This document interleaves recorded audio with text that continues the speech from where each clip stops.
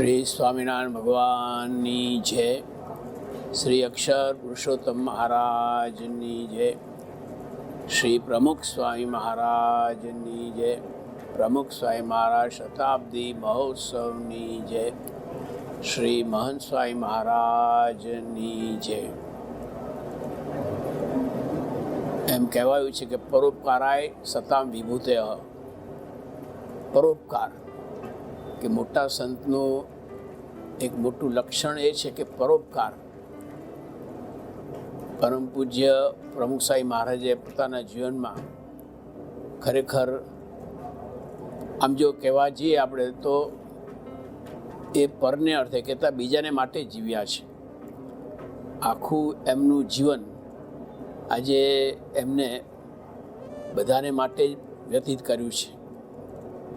પછી એ હરિભક્તો હોય તો એ હરિભક્તોના ગમે તેવા વિકટ પ્રશ્નો હોય, પ્રસંગો હોય, એમાં પણ સ્વામીશ્રીએ પોતાની જે શારીરિક જે સ્વસ્થતા છે એની દરકાર કર્યા સિવાય પછી એ કદાચ જમવાનો સમય હોય કે રાત્રે સૂવાનો સમય હોય છતાં પણ પ્રમુખ સ્વામી મહારાજે ક્યારે પણ એનો વિચાર કર્યો નથી. અને કેમ બધા હરિભક્તો સચવાય એ માટે જ એમને આખું કાર્ય રીતે કર્યું છે. તો એવી રીતે એ ખરેખર એ રીતે પણ એમની ખૂબ હરિભક્તો પ્રત્યે દયા હતી. તેવી રીતે આપણે જોવા જઈએ તો પશુઓ માટે પણ 1987-88માં અહીંયા સૌરાષ્ટ્રમાં ભયંકર દુકાળ હતો. સતત 2-3 વર્ષથી અહીંયા વરસાદ નહીં પડેલો અને મોટો પ્રશ્ન ઢોરો માટે થયેલો, જાનવરો માટે. કારણ કે માણસ માટે તો બધું લાવી શકાય પણ જાનવરો માટે ઘાસચારોને બધું ક્યાંથી લાવો. પરમ પૂજ્ય પ્રમુખ સ્વામી મહારાજ રાજકોટ પાસે રફાળેશ્વર એક કેટલ કેમ્પ હતો ને ત્યાં પોતે વિઝિટે પધાર્યા હતા. અને એ કેટલ કેમ્પમાં મોટાભાગના બધા નાના વાછડાઓને ત્યાં આગળ સરકાર સાચવતી હતી. પ્રમુખ સ્વામી મહારાજ જેવા ત્યાં એન્ટર થયા ને તો બધા વાછડાઓ એમને ફરી વળ્યા રીતે. એટલે પ્રમુખ સ્વામી મહારાજે પૂછ્યું કે કેમ આ બધા વાછડાઓ પાછળ ફરે છે? ત્યારે સંચાલકોએ કહ્યું કે સ્વામીજી છેલ્લા 2 દિવસથી અમને કાંઈ અમે આપી શક્યા નથી. તો એ વાત સાંભળીને પ્રમુખ સ્વામી મહારાજની આંખમાં જળજળી આવી ગયા અને પછી બહાર નીકળ્યા પછી તરત જ એમને ગોંડલના કોઠારી સ્વામી હતા, જ્ઞાની સ્વામી, એમને આજ્ઞા કરી કે હમણાં જ તમે 2-3 ખટારા ઘાસચારો બજારમાંથી ખરીદી અને અહીંયા મોકલી આપો. અને ત્યારથી સ્વામીએ પરિસ્થિતિ જોઈને એમને નિર્ણય કર્યો કે આપણે ગુજરાતમાં આવા કેટલ કેમ્પ શરૂ રીતે કરીએ. કારણ કે ગુજરાતમાં પાણીને બધી છત હોય, ત્યાં બધું પહોંચી વળાય. એટલે પછી ત્યાં આગળ સ્વામીશ્રીની આજ્ઞાથી ત્યાં બોચાસણ છે, ખેડા છે, સાંકરી છે, અટલાદરા છે, બહુ જ મોટા પાયા ઉપર કેટલ કેમ્પ પરમ પૂજ્ય પ્રમુખ સ્વામી મહારાજ શરૂ કરાવ્યા. અને પ્રમુખ સ્વામી મહારાજની એવી ભાવના કે ખાલી આ જાનવરો જીવી જાય એવું નહીં, પણ એ જાનવરોની તબિયત સારી રહે કે જેને કરીને સિઝન આવે ત્યારે એ પૂરેપૂરું કામ આપી શકે એના માટે પૂરતો ખોરાક, એમને દાણ આપવાનું, ડૉક્ટરોની સારવાર કરાવવાની, ડૉક્ટરો વિઝિટ પણ રીતે આવે અને સારી રીતે એમને બધો ખોરાક મળી રહે એવી પ્રમુખ સ્વામી મહારાજે ખરેખર બધી વ્યવસ્થા કરાવી. અને એની સાથે સાથે જે એના માલિકો હતા એનું પણ સ્વામીએ એટલી ખરેખર દરકાર કરાવી. અને વિશ્વ તો શું થયું કે જ્યારે એ સમય પૂરો થયો ને ચોમાસાની શરૂઆત થઈ એટલે બધા ખેડૂતો કે હવે અમે બધા અમારા ઢોર લઈ જઈશું. તો પ્રમુખ સ્વામી મહારાજે દરેકને ટ્રેક્ટર ભરીને ઘાસચારો પણ એ રીતે આપ્યો અને ખેડૂતોને એ રીતે ખેતરમાં વાવવા માટે બિયારણ પણ એ રીતે આપ્યું. આટલી હદ સુધી પ્રમુખ સ્વામી મહારાજે ખરેખર એમનામાં આવી દયાની ભાવના છે. પ્રમુખ સ્વામી મહારાજ ત્યાં આગળ લંડન પધાર્યા હતા અને ત્યાં બહુ મોટું પ્રોસેશન હતું અને એવી વ્યવસ્થા કરવામાં આવી કે લંડનનો એક પ્રસિદ્ધ વિસ્તાર છે ટ્રફાલ્ગર સ્ક્વેર, ત્યાં આગળ એક થોડું ઊંચું સ્ટેજ બનાવવામાં આવ્યું હતું એના પર સ્વામીશ્રી બિરાજમાન થાય અને નીચે રસ્તા ઉપરથી બધા હરિભક્તો પસાર થાય એવું જાતનું આયોજન હતું. તો સ્વામીજી થોડા વહેલા પધારી ગયા ત્યાં આગળ. હજુ પ્રોસેશન તો આવને વાર હતી. તો પ્રવીણ સ્વામી મારા ત્યાં બિરાજમાન થયા અને આજુબાજુ એમને કબૂતર જોયા. તો એમને સંતોને બોલાવીને પૂછ્યું કે આ કબૂતર માટે આપણે ચણ લાવ્યા છે. હવે આવો તો કોને વિચાર હોય, પણ તાત્કાલિક એમને હરિભક્તોને મોકલાવીને વ્યવસ્થા તે કરાવી.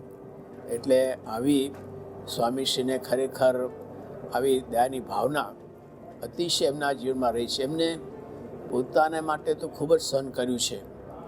દાખલા તરીકે એમને ત્યાં આગળ વાસદમાં સારો તાવ હતો અને ત્યાં આગળ એ રીતે પધરામણીનું ગોઠવાયેલું. સ્વામીએ કંઈ જણાવ્યું નહીં અને પધરામણી તો થતાં આમ 22 પધરામણી નોંધાયેલી, પણ 122 પધરામણી થઈ. અને જ્યારે પાછા આવ્યા ત્યારે જોયું તો એમના શરીર 102 ડિગ્રી તાવ હતો. સંતોએ પૂછ્યું કે સ્વામી આપને આ તાવ ક્યારથી હતો? કે રાતથી જ આ પ્રકારની તકલીફ હતી. તો સંતો કે સ્વામી આપે જણાવ્યું તો આપણે આ પ્રોગ્રામ કેન્સલ કરત. તો સ્વામી કે હરિભક્તોને કેવું દુઃખ થાય, એમને બધી તૈયારી કરી રાખી હોય અને આપણે ન જઈએ તમને કેવું દુઃખ થાય. આવી રીતે સ્વામીશ્રીએ પોતાના શરીરની બિલકુલ પરવા કરી નથી. એવી રીતે સ્વામીશ્રી ત્યાં 1980માં ત્યાં 81માં ત્યાં અમેરિકામાં વિચરણ કરતા હતા. તો એક જગ્યા એવું બન્યું કે આમ બહાર નીકળ્યા પધરામણી કરીને, પછી ત્યાં મોજડી પહેરવાની હતી. તો જમણો પગ છે ડાબા પગની મોજડીમાં નાખે. એટલે સાથેના સંતો કે બાપા કેમ આમ થાય છે? તો કે થોડાક સમયથી દેખાતું નથી બરાબર રીતે. બધા સંતો ચમક્યા અને પછી ડૉક્ટર પાસે તપાસ કરાવી અને ખાસ કરીને ત્યાં એમને બોસ્ટન લઈ ગયેલા. ત્યાં ડૉક્ટર હચિન્સન હતા, એમની પાસે તપાસ કરાવી તો બંને આંખે સ્વામીશ્રીને ભૂતિયા પાકી ગયા હતા. અને ડૉક્ટર હચિન્સને કહ્યું કે જો આપણે ડીલે કરીશું, કહેતા મોડું કરીશું ને તો સ્વામીશ્રીની આંખમાં ઝામર થશે અને બંને આંખો નિષ્ફળ જશે. રીતે મારા પિતાએ તો એને તાત્કાલિક ઓપરેશન કરી દો. એટલે પછી સ્વામીશ્રીને વાત કરી કે બાપા આવી રીતે ડૉક્ટર કહે છે કે આપણે તાત્કાલિક મોતિયાનું ઓપરેશન કરવું પડશે. તો તે વખતે પણ સ્વામી કે ના, આપણે દેશમાં જઈને કરાવીશું.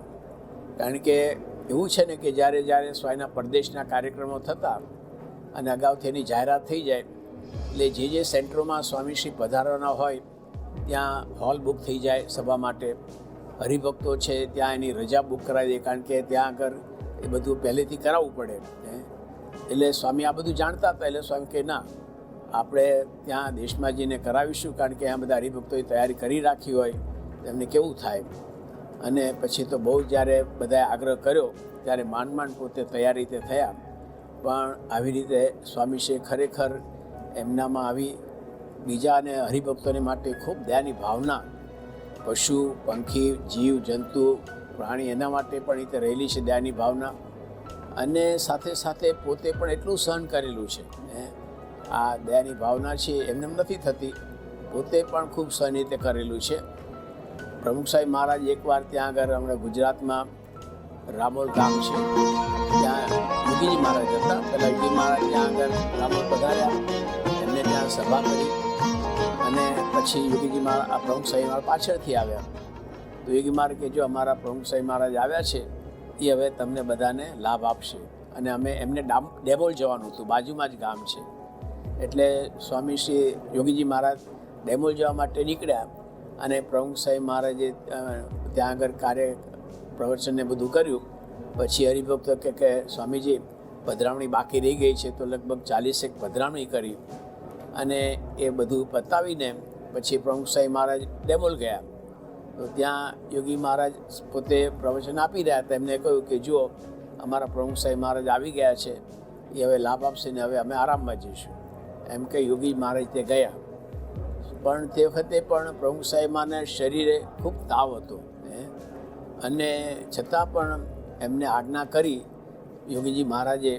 એટલે પોતે આમ પ્રવચન આપી રહ્યા હતા, પણ એટલો બધો તાવ હતો ને કે એમનાથી સ્પષ્ટ ઉચ્ચાર નહોતા થતા.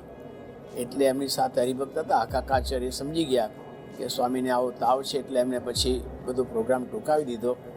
પણ કહેવાનું શું છે કે પ્રમુખ સાહેબ મહારાજે પોતાના શરીર માટે જરા પણ દરકાર કરી નથી, એટલી એમની સહનશીલતા છે.